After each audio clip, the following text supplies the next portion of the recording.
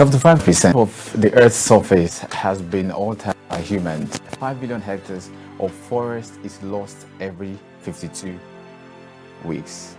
Again, there is a climate emergency, according to the United Nations, requiring that 1 billion hectares of forest be reforested by 2020, and that's just less than 6 years. Unfortunately, at the current rate, only 5% of the agreement and the target is achievable. Meanwhile, 1.6 billion people depend on forests for livelihood and sustenance. And over the past 200 years, man has destroyed more than half of the Earth's original forest, warming the planet, degrading landscapes, placing economic interests over ecological and social considerations. Nigeria is currently having a deforestation rate of 3.7% according to the United Nations. But what if we could change the narrative? What if we could pull back the lost forest, protect wildlife, restore the vital functions, cool the planet, consider sustainability, putting into consideration the social, economic, ecological, legal, and every other aspect into priority in the 21st century forestry? Consequently, if life on land is to be sustained, we must do more than just slow down deforestation. We must reverse it in the 21st century. But how, you might want to ask? Many ways, actually. One of which is to have important conversations and discussions on the 21st century forestry as a vital tool to a sustainable ecosystem. And this is the right place for that conversation. Welcome to another edition of Plant a Decade Initiative, PADI. My name is Anoloa Paul Ido, and I'm the lead initiator as well as the convener of Plant a Decade Initiative, PADI, in Nigeria. We are an initiative that is bifurcated in goal, having two goals basically. The first is to plant 10,000 trees, and the other is to bridge the information and knowledge gap on climate education in Nigeria. And today is an exciting day to welcome another guest on another edition of the show, Danielle Atkins. Of course, she's been in the thick of things as regards forestry, talking about forestry content, putting forestry content right on the social media space. She's been doing a lot of that, and she's also a professional. We'll get into that in the course of this program. Hello, Danielle Atkins. You want to say hi to? Good morning, everyone. I hope y'all are having a great morning so far. Thank you for having me.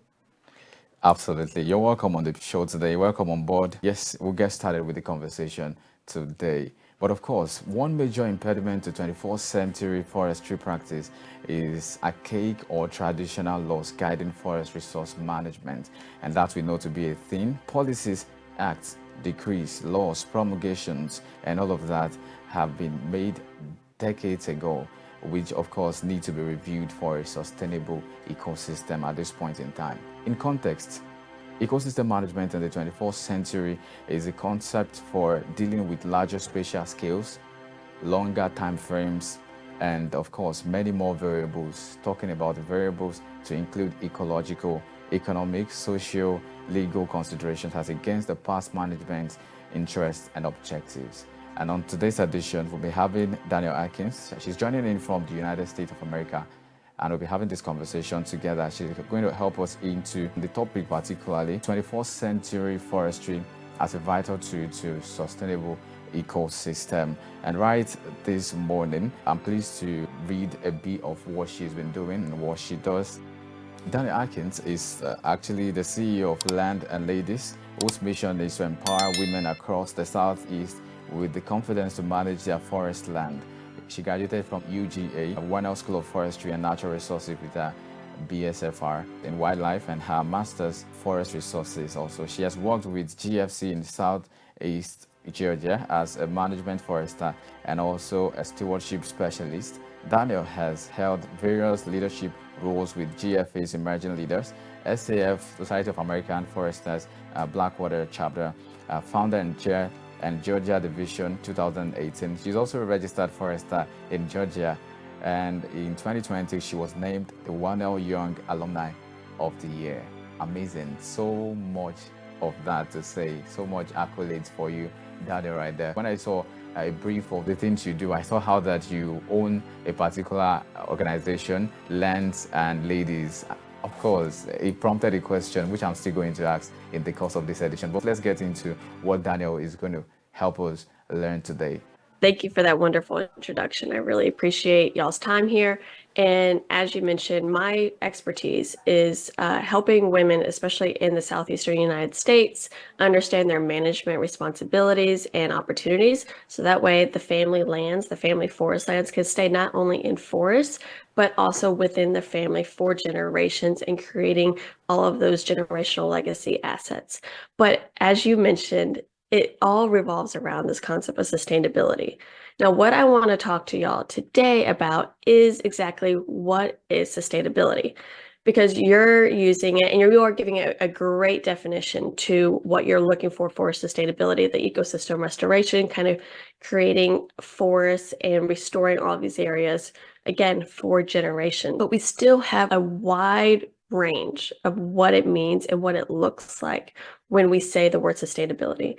And another thing I would also like to point out is depending on which region you're at and who you're communicating with, those conversations are going to look very, very differently. And so, for example, I'm here in the US Southeast, and so the concepts and things that are going to be more normalized for what I'm going to be talking about is going to be very, very focused in this area. However, you can take a lot of those similar concepts and ideas and abstracts and implement them in, especially the three main concepts I'm going to be talking about today, and making sure of your sustainability structure, concept, management, operations as well. But the forest management may look a little differently depending on which region. Even in the US, I always emphasize that I talk about the US Southeast because our forest management looks different from the Northeast to the Northwest and the Southwest. And so having that concept is very important. But I'm going to dive into it, and I'm going to share my screen real quick, and that way I can go through what these concepts are for you and kind of how I teach, how I focus, and how I share what true sustainability really is. Okay, so again, I'm going to be talking on this broad concepts of sustainability.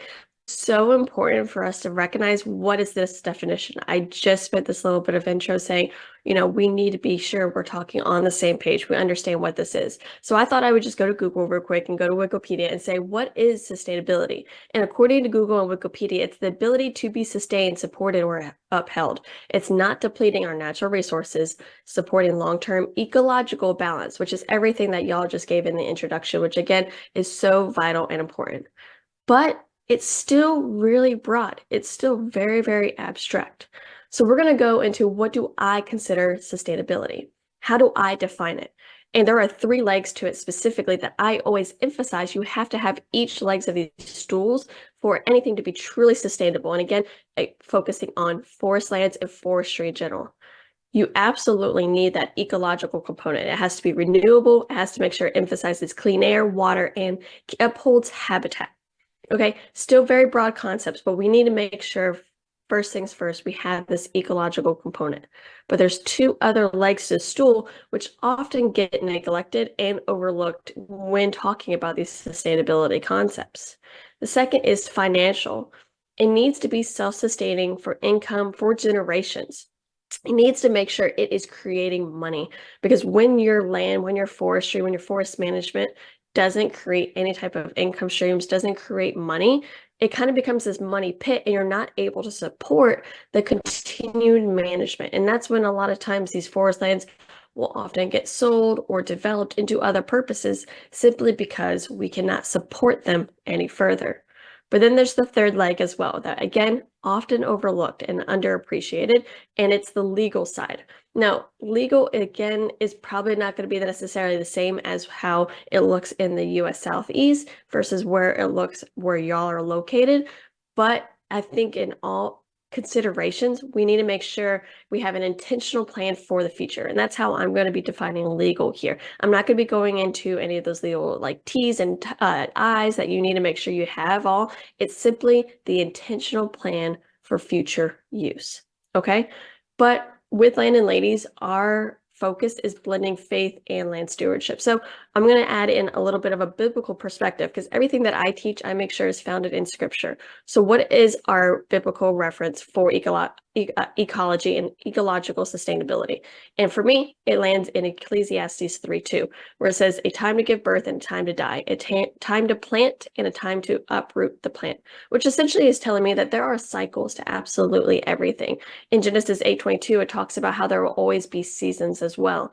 But that, again, reinforces to me there are times for planting, for reforestation, as well as times for harvesting. And this is going to be one of my critical foundations. Again, I always teach about is making sure we have a harvest plan in place, because planting trees is great and we need more of them for sure, depending especially on your regions. But you need to make sure you have a harvesting regime in place to continue that cycle. Planning and letting go and doing absolutely nothing for the future isn't usually the right answer. Now let's go to operations. Mark 4:29 talks about, as soon as the grain is ripe, he puts the sickle to it because the harvest has come. So again, for this, and this is tied a little bit with a little bit of legal, but also just operationally, what does the management of your forest lands look like? It talks about having the right tools for the right purpose. Again, so crucial. You can kind of plant something, but if you don't have the tools to continue managing it for the future, it's not going to thrive. It's not going to do nearly as well as what your goals and purposes were. And then the last one for our biblical perspective is on finances. Again, because everyone thinks that their land shouldn't make money. It feels kind of slimy and greedy. I get a lot of conversations about how making revenue and making profit from our trees is a very greedy concept. But when we look at Matthew 25, verses 14 through 29, which is the parable of the talents, we see that in multiple places it talks about, well done, good and faithful servant. Well done, good and faithful servant. And these are the two characters, the two servants who actually made a profit with the resources they were given, compared to the one servant at the very end who's considered wicked and lazy, simply because he took what he had and he did not attempt to grow it. He just simply buried it in the dirt, did absolutely nothing with it, and kept it the exact same. So to me, the parable of the talents is one of my biggest scriptures I always run to, I always focus on, I always share, because it shows all these different concepts of sustainability. Keeping things as the status quo isn't the answer. You want to make sure you're taking your best stewardship practices and doing the best of your ability to make things grow. So we're going to be, again, trying to keep this focus. What does sustainability look like? How do you implement these things? Now, when it comes to forestry and forest jargon, this is when we talk about objectives. Objectives is simply that purpose you have for your forest land, because you need to have that goal. You need to have that purpose of what you're trying to manage for. I always joke around here, at least especially in the Southeast, and I'm sure it's true absolutely everywhere. You ask two different foresters for recommendations, you're going to get at least 4 different answers, because we have different perspectives, we have different focuses on what we would like to see come out in the land. Now, none of those answers are necessarily wrong, and that's the hard part about this, because forestry is that art and science. So we need to make sure all of our recommendations and advice has some type of scientific founding, and you go through forestry school and you get that scientific background. Then our experience as well gives us further emphasis on the advice that we are giving, because we know what works and what usually won't work. But then you also have these objectives, these perspectives, and that changes how you might write your recommendations on which practices you might do when. So what, again, are these objectives? Because I want to make sure we have the same understanding. We're all on the same page. If we're not on the same page, we can be saying the exact same words and mean completely different things. And so this is crucial when talking to anybody about forestry and forest management. Now, there are, again, 5 different objectives. You have your timber income, which essentially is you're growing your trees very purposely and with the intention of maximizing their profit, to sell them, to cut them, to grow and, or not to grow, to turn into different products that we use in our everyday lives. And so essentially your focus is to grow your trees for certain product classes to sell, and then kind of, restart that whole process over. Then you have your wildlife. This one is very generic again, but it's enhancing your habitat, your forage to maximize a very particular habitat environment for a particular species or to maximize diversity. You do need to be specific here because not all wildlife has the same needs at the same time. Again, a very common misconception that everyone thinks, well, if we just have a very mature forest, that's going to be best for everything. And that's not so. Different animals have different needs at different stages of their life, as well as just in general. So you may see one bird species thriving in a very mature forest and a different bird species thriving in what we call early successional habitat, which are like those grasslands areas. They have different needs. So you do need to be specific when you're talking about, I want to maximize, or I have an objective for wildlife. We have recreation, and this is kind of just how do you use your land. And it could be for hiking, biking, camping, bird watching, kayaking. It's essentially everything that's not necessarily hunting, because when you have a focus on hunting, you're more in that wildlife category because you want the habitat for your wildlife species. So recreation is simply how do you use this land? How are you going to enjoy it, for lack of better words, as well? A objective that is actually very important, but again, often overlooked because no one wants to be like, oh, I care about how this looks, but we care about how this looks. So it's managing to achieve a very particular look that's most desirable to you, despite what it might cost, okay? Now, again, this is going to be very, very subjective. So you need to make sure you are specific. You can, use very visual descriptives of what do you want this to look like? Because we can say mature forest. And in one case, you might have a very swampy kind of cypress looking forest. And in another case, you may have very large pine trees or what we would consider a quail plantation, which means you just don't have a lot of trees. It's a lot of grasslands and it looks more like a savanna. Which one is prettiest to you? None of them are wrong, but you need to be specific on what is important. And the last one is clean air and clean water. This one is implemented no matter what. I will say that all forest management recommendations should always have this type of component integrated into it. But when it's an objective, it means you are specifically managing your trees, managing your operations to minimize soil impact, and as well as any potential sedimentation or pollution into the water. Now, we have these 5 different objectives. They all sound great. And usually we're all working on them all at the same time. But again, it is important to rank them based on priority because you cannot maximize each of these 5 areas at the exact same time. If you try to maximize all of these different things, you're never really going to thrive in any one area. And that's where a lot of disgruntled feelings comes into place. That's where a lot of disappointment, because you're not seeing the quote unquote progress you want simply because you haven't ranked your purpose, your objectives in the right order or at all, perhaps. So when any forester, any forest management is talking about giving recommendations, talking about even reforestation plans, you need to make sure you have your objectives lined up to know what is that ultimate purpose. Because even your planning recommendations will change depending on what your ultimate goal and purpose is. You would plant differently for a very strong timber income revenue type of objective compared to a wildlife objective. And that would probably be quite different from an aesthetics objective. So they all have that reforestation goal, but how you would go about it would vary differently depending on what your purpose is. So I'm going to be talking about some land sustainability components that are crucial, again, to any type of forest management plan. And I've got this broken down to 3, and then I'm going to break it down one more time into 5 different structures that are pretty much integrated into any forest management plan that I've ever worked with. And here in the Southeast, very, very common practices. So you have your reforestation, which again, I know is what y'all are emphasizing, what y'all are very, very focused in on. And this is the intentional plan to have new trees growing where mature trees were harvested. Now, I do want us to remember at the very beginning, I talked about what are the 3 legs of sustainability. And you have your financial, your operations, and your ecological. And when we went into scripture, it talked about how harvesting and planting are important.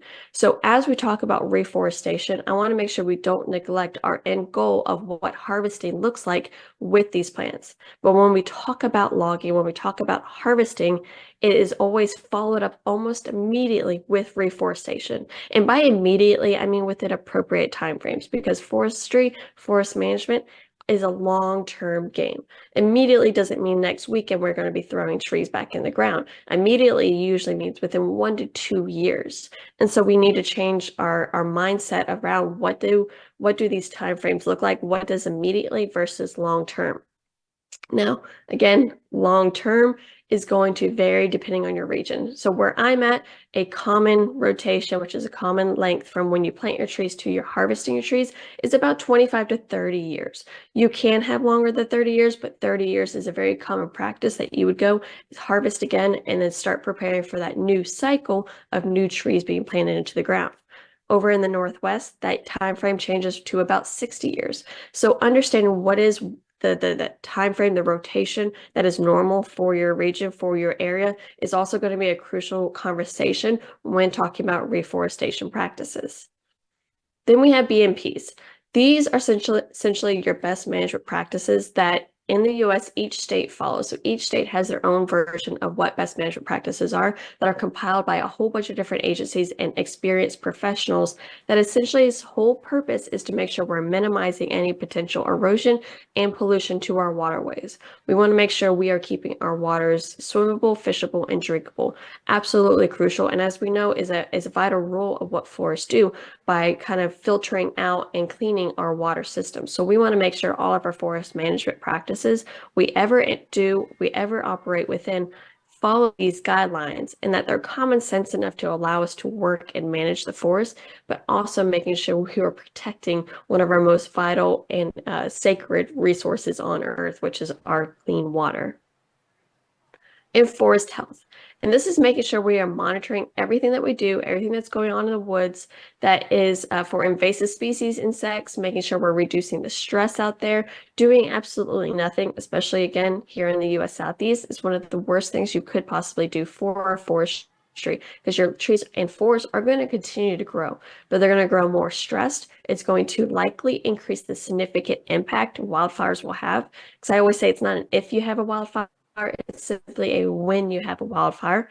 It also increases your chance of invasive insects detrimenting the entire ecosystem and everything that you're working on, simply because you haven't managed the forest enough to kind of keep that stress load down. So these are the three components that you want to make sure that your operations are working within, that you always have a reforestation plan, that your management practices and recommendations are having some type of forest health guidelines set in there. Again, making sure you're reducing that stress load and that you follow any type of best management practices that would be recommended for your region, for your area, to making sure you're keeping your waters clean while allowing you that flexibility to actually operate. So I said I was going to break it down one more time into 5 different land practices. Again, I cannot emphasize how important replanting is. I emphasize a lot on logging, but logging without that replanting, without that reforestation simply isn't forestry, if I'm honest. It's kind of cutting and doing absolutely nothing. It's potentially conversion a lot of times, because I get the misconception of, oh, they're logging and forestry is destroying everything, and then they're converting it to something else. And I would like to say that's not true forestry. Forestry always has an intentional plan for replanting. Now, the replanting, it can be for a new tree species, but again, you need to make sure it fulfills your objectives and goals. So replanting doesn't always have to look the same every time you do it. You can, mix it up a little bit. You can replant maybe for plantations here and maybe a more diverse abstract wildlife habitat section over here. Again, in either case, your replanting and reforestation structures are going to change. Your recommendations, how you would actually go about doing this, would change depending on what your long-term objectives and goals are for that tract, for that stand, for that forest. Again, best management practice is something that I cannot overstate at all. You need to make sure, if you don't have any best management practices, try to figure out what these would look like for your areas. But following recommended BMPs for your logging, for your forest road constructions. This really ensures that we're keeping that ecosystem healthy to the best of our ability, while giving us the access and the operability to actually continue that management, because that's what we're aiming for. We're aiming to plant trees back in the ground, but also aiming to making sure we can continue our management for our different goals, whether it be for timber income, to improve wildlife habitat, for recreational opportunities, ideally a little bit of everything. But we need to make sure the things that we're doing on there make sense, not only for just now, but for the future, and that we're not accidentally causing future problems with our water systems, erosion problems down the line. Prescribed fire. Now, this one's going to be very, very regional based, a little bit of controversy, but fire is one of the greatest tools we can ever use in our forest systems. A lot of forestry, I would say almost all forestry, kind of is naturally set up to have fire within, the management regime. Now, using prescribed fire is very intentional use of a regular burning regime to reduce that fuel load, which is essentially the understory, all that extra stuff that's out there. You don't want it all growing and overgrown, because that's when you do have a fire from lightning strikes, perhaps, it's going to get a little bit out of control. It's going to be a lot more detrimental to the wood you have out there. So you want to reduce what's the stuff out there, the thickness, and it's also going to increase your understory diversity, which is crucial for your wildlife habitat. The more fire you put in there every, say, 2 to 3 years, and by more, I just mean like actually putting a fire in every 2 to 3 years. You don't want to do more than one fire in the same area if possible. But putting that fire in is going to reduce it. It's going to grow up new green, because that's what the wildlife likes. They like the new green parts of the shrubs, of the herbaceous plants. They don't like the old woody. So a lot of times, again, I get the misconception that if we just don't do anything out there, it'll actually be better for the wildlife, when that's complete opposite, because at a certain point, especially your small animals on the ground, they can't reach the food source anymore. So they're going to leave. Your deer, your other, even larger animals, if that food source gets big enough, gets shaded out enough, it's really not anything that they want to enjoy, and they're going to leave and go to a different area. So I always emphasize a lot to my women, a lot to my landowners, a lot to just the forestry practices I talk about, the importance of using fire in a smart way. And I can dive into all these different ways, which I'm not going to touch on today, but it is a very amazing tool that we can use and implement to create more of that ecosystem, again, sustainability practices. And last things last, of course, are logging. I mentioned this at the very beginning, but making sure we have a harvest structure, a harvest schedule, a logging regime in place and plan for when the time comes. Because the last and one of the worst things, again, we could do is just harvest trees whenever we feel like, or harvest trees when we want to get done. We want to make sure we're maximizing what we're trying to do on this tract, whether it is for economic, whether it's for forest health reasons, whether it is for different aesthetics. We want to make sure there is some type of harvesting regime. It doesn't have to look the same. I love a clear cut parceling and then replanting, but that doesn't mean that that's the best way for your region, for your goals, for your purposes. But it is crucial to make sure you do have some type of logging regime in place. Forestry is really like it's like a mosaic, and I always relate it to like the Tetris puzzle. If you've ever played, a lot of times you play on your phone, or like the old computer games where all the pieces are falling down, right? And they're continuing to move, and you're trying to move those puzzle pieces in place where they might fit the best. But the point is that I love about this game is that the pieces were always going to be moving. They're going to settle someplace. Now, whether they fall in a very intentional place to maximize space, or if they have all of these random gaps and they're not really being maximized to their most efficient use, it's completely up to us and how we navigate where we want these pieces to go, whether we let the game just kind of fall on its own, or again, we intentionally move these pieces to be the most efficiently as possible. And that's exactly what forestry is like. We are moving all these different pieces at the same time, and it can be a little overwhelming. So I thought I would give us some concepts for us to kind of focus in on, so we don't get so overwhelmed with like, oh, we got to do all things all at the same time, right? Luke 6 verses 41 through 42 is I would say kind of a kick in the butt for myself as well to try not to do all things at the same time and fix everyone else's problems. And essentially in it, it says, why do you look at the speck of sawdust in your brother's eye and pay no attention to the plank in your own eye? How can you say to your brother, brother, let me take the speck out of your eye when you yourself fail to see the plank in your own eye? You hypocrite, first take the plank out of your own eye, and then you will see clearly to remove the speck from your brother's eye. And for me, this is always a good reminder that I need to make sure before I try to tell anyone how I teach or try to share what I know, I need to make sure my own goals, my own concepts, my own purposes are in line. I need to make sure if I have land, which I do, I have my own 40 acres, that I am also implementing what I'm doing. So, my first piece of advice, and sorry, my voice is getting a little rusty here, is focus on one piece at a time. Again, it can be really overwhelming when you're trying to move all these pieces and looking at the big picture. And a lot of times it is necessary to remember to focus in because not all the pieces are going to look the same. Just like in Tetris, sometimes you have cross-like pieces, sometimes you have straight boards, sometimes you have an L or a Z-like. They're going to look different depending on what part of a stand, what part of the forest, what part of the region they're at. So it is important at times to just focus in what does this one area need at this particular time. It's good for us to remember that sometimes the good needs to be removed for the best of the whole. Again, something that is really, really hard, I know for me personally, is taking away something that used to work that, is just fine, but doesn't fit your new purposes, doesn't fit your new goals. Doing things that are different and new from what's always been is very challenging.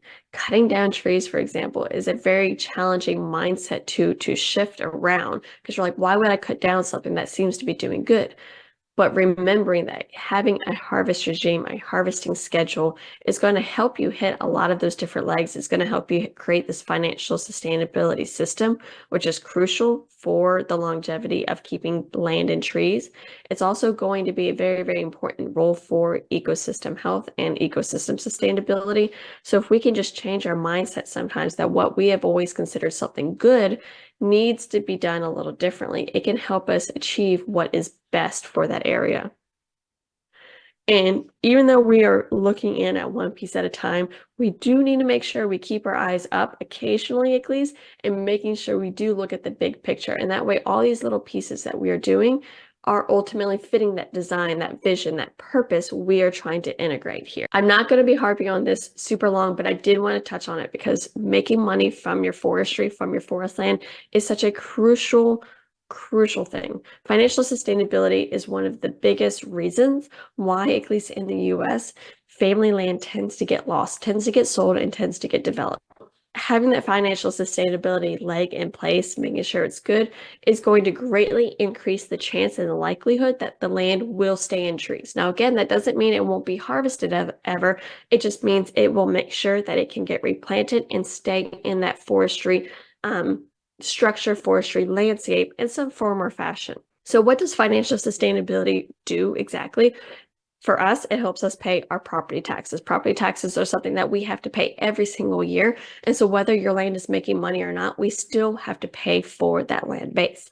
And so creating, again, a financial sustainability leg ensures we can keep up with the taxes. Property taxes is one of the number one reasons, again, why family forest lands is lost within the US Southeast. It provides that revenue to support our future management needs. And I'm going to be giving a very quick example of why this is so important because these things are easy to say and easy to ignore. And again, it provides an economic incentive to keep trees and trees. Should we need a money incentive to keep our trees and want to do that? No, but does it help? Absolutely. It's quote unquote not about the money. This is something I hear about all the time. It's not about the money. It's doing what's right. I agree, but it is also a little bit about the money. If we can't support it, then it's not going to stay that way no matter how much our hearts might bleed. So not focusing in on the money, at least at some point, is going to reduce the quality of our forests. It also increases the liability of the next generation to the beneficiaries of who's going to manage it. Because someone has to pay for the property taxes, someone has to pay for any type of work that you might want to get done out there. And forestry is expensive. And so I'm going to give a quick little example that if you have hundreds of dollars an acre, multiply it out, okay? So, and these are going to be some very common numbers, not for any particular practice, just some normal numbers that we would see again in the US Southeast. If we had $200 an acre of some type of practice we needed to get done out there, and we have 15 acres, that's $3,000. That size amount of money, that bite right there, is it completely overwhelming, right? But if we have 150 acres, that $200 an acre is now $30,000. And that's a little bit harder to swallow if you haven't prepared for it. Multiply it out to 550 acres, that's $110,000. 1,500 acres, that's $300,000. Now, would you be doing 1,500 acres all the exact same way, the same practice? No. But I want to make sure I emphasize a point of how money adds up. And when we don't plan for a financial sustainability leg, when we don't plan for that financial sustainability system to be in place, we can see why things don't get done. We can see why we don't follow through on our plans. We can see why trees don't stay in trees, because management is expensive. So without the consistent income, where's the money going to come from to conserve the land? And when it comes to the next generation who is inheriting this, what are they more likely going to be able to keep? What are they more likely going to look at and value when it comes to their generational legacy? Are they going to be more likely to look at something and say, hey, this pays for itself. It's not draining my life savings. It's not bleeding my wallet. Or is it going to be something that leaks a lot? Are they going to want to keep an asset, or even as much as they love it, if it's continuously bleeding their wallet? One is much more likely to stay in the family. One is much more likely to be sold, and who it is sold to is not necessarily guaranteed. It could be to another family forest landowner, or it could be to a developer who's going to convert it and put parking lots, put shopping centers, going to put solar farms. Solar farms aren't bad, but when you're cutting down a forest, it kind of seems a little contradictory. So again, I come down back to the parable of the talents. The parable of talents of the servants who had grown their money bags. If you've never read this, I highly recommend going to Matthew 25, verses 14 through 29. I won't read it all here right now. I just want to emphasize those points again, that the well done and good and faithful servant, to the two servants who took their money bags that he was given, which at the very beginning, I always like to point out that they were each given the responsibility to which they would be able to handle, each according to his ability. That's the way it's phrased there.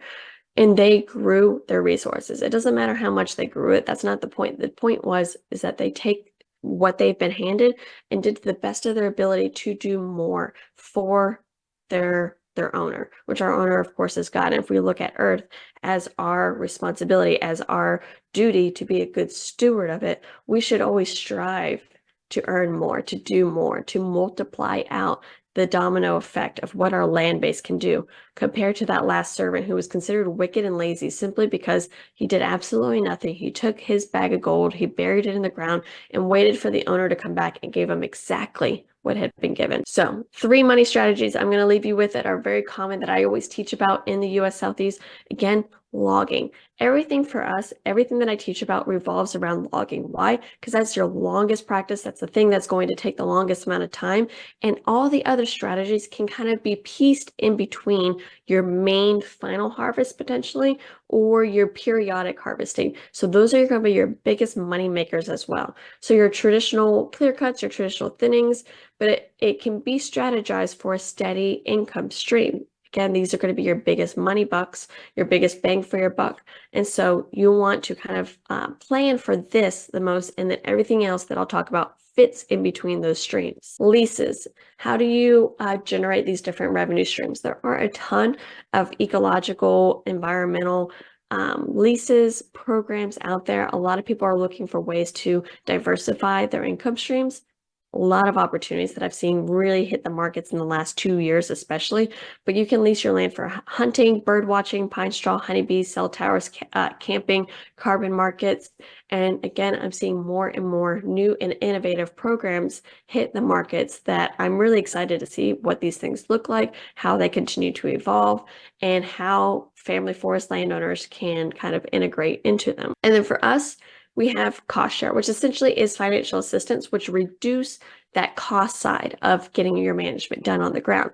Now, this is kind of a touchy subject simply because I want everybody to throw their hat in the ring to these opportunities, but I do not want anybody to rely on them because it's kind of like when you rely on the subsidies, especially because a lot of these are run through government, some of them are run through nonprofits. But when you rely on these and their money dries up and they can't support that program anymore, it kind of sets you in a little bit of a bind of not being able to do your management. So I want you to throw your hat in the ring to get financial assistance, get these cost share programs that are out there because they can greatly reduce that management expense, which can help you just do even more on the property, but we're not going to rely on them. Ecclesiastes 11:2 says, invest in 7 ventures, yes, and 8. You do not know what disaster may come upon the land, which again simply speaks to me. We don't need to put all of our eggs in one basket. You don't need to do everything the exact same way, absolutely everywhere. Let's make sure we're diversifying our income streams, our timber classes, our timber types out there. And this way, when something happens, natural market crashes, whatever it may be, it doesn't devastate everything that we've been working for. It might hit one section, but we have these different legs in place to help support while we get this one back running. And again, I'm going to very, very briefly touch on this simply because I did mention at the very beginning that legal affairs is another leg of the sustainability tool.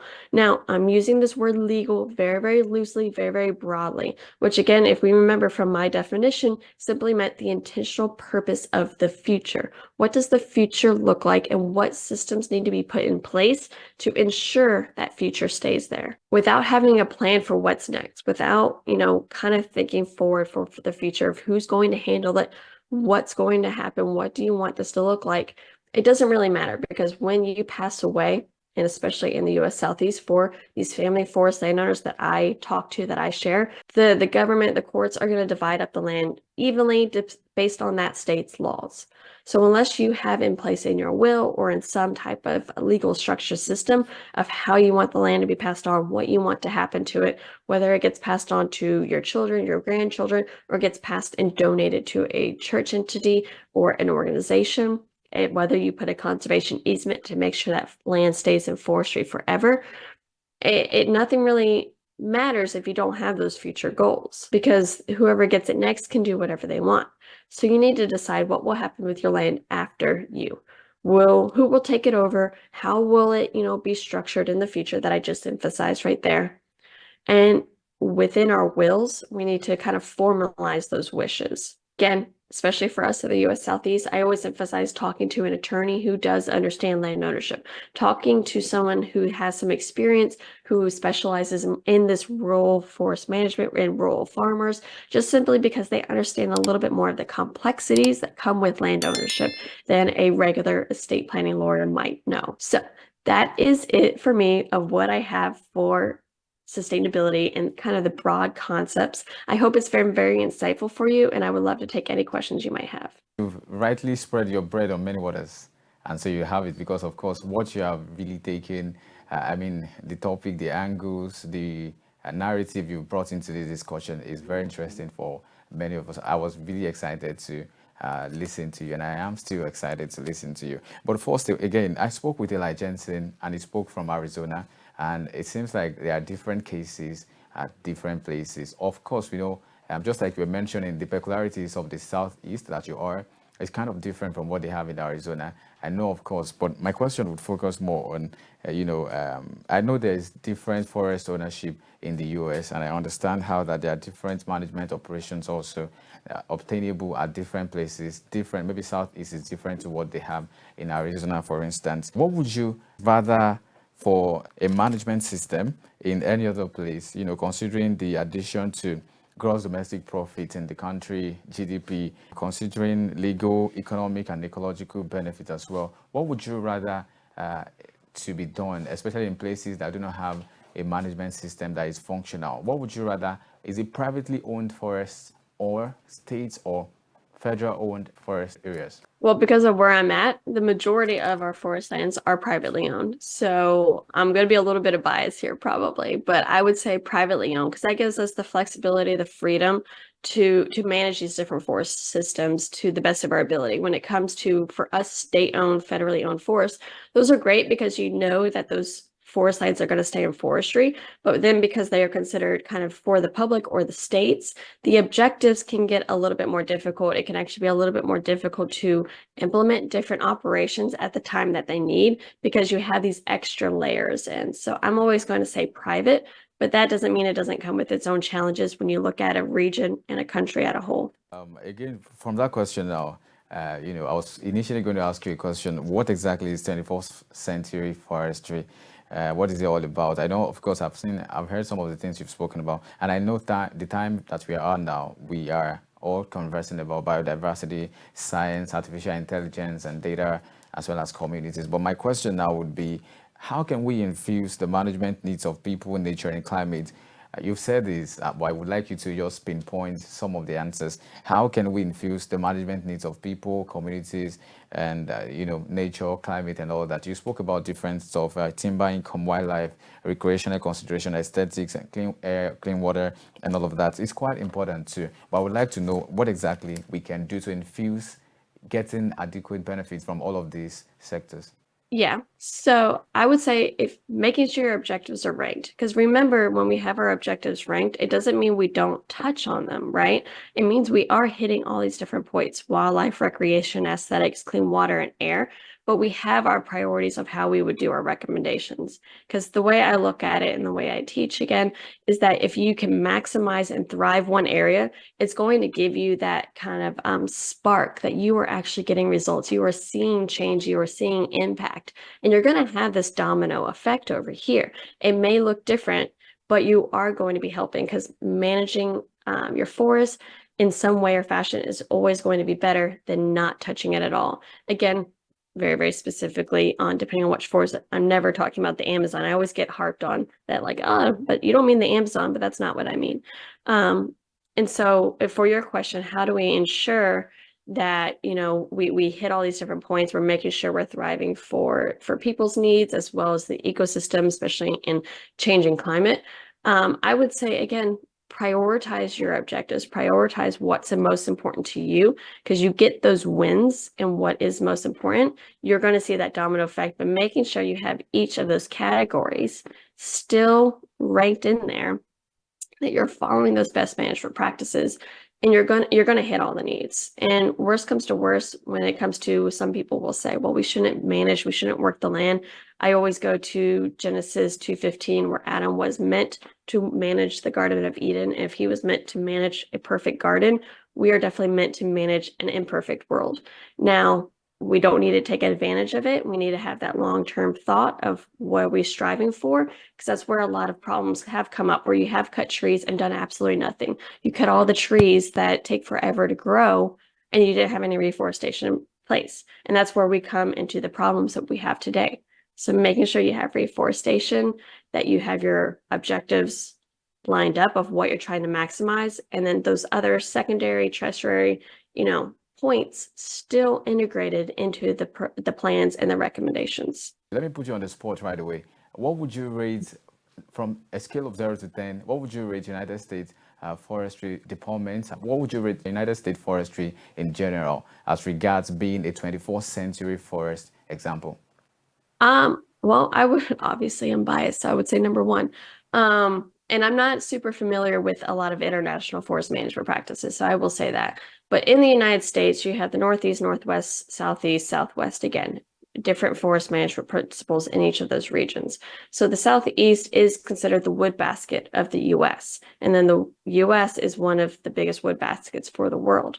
And so if you kind of just take that line of thought, and where I'm at in Georgia is the #1 state of forestry in the US, I would rank our forest management practices and principles, very, very high on the scale as probably a great example. But that doesn't mean the exact specifics of how we do things needs to be replicated where you're at. Again, you need to take into mindset, what are your markets? What is your ecosystem region? What is a little bit more of those normalized factors that are important, that are going to help you sustain it? What we do in the Southeast, that 30-year rotations for pine plantations, wouldn't look and work the same in the Northwest. The climate is different. The trees take longer over there. So they're working that 60-year rotation. We both work within our timber income goals. We both work to strive for different wildlife habitat, but the exact specifics are different. Does that make sense? Let's talk a bit about land and ladies. Of course, when I saw that, I said I was going to ask this question particularly. Yes, I want to know how you got into this, coming up to say, is it about women involvement in forestry? Is it about women inclusion? Just recently, we celebrate the International Women's Day, and it was all over the world. I mean, every other person was talking about a woman or another woman. Of course, you guys have more days talking about maybe International Day for women, another one for ladies, another one for the girl child. So many of that. We don't get to celebrate the guys enough, maybe, my opinion. But away from that, too, I know land and ladies has been about including women in decision making when it comes to forest ownership or perhaps land ownership, land management, and all that. And it's quite fascinating to see that you are a lady, you are a woman, and you are doing that. You will not understand how important it is until you come to this climb and then you see that there's a mantra that ladies can be seen but not heard, that kind of thing. In this context, more like a lady should not have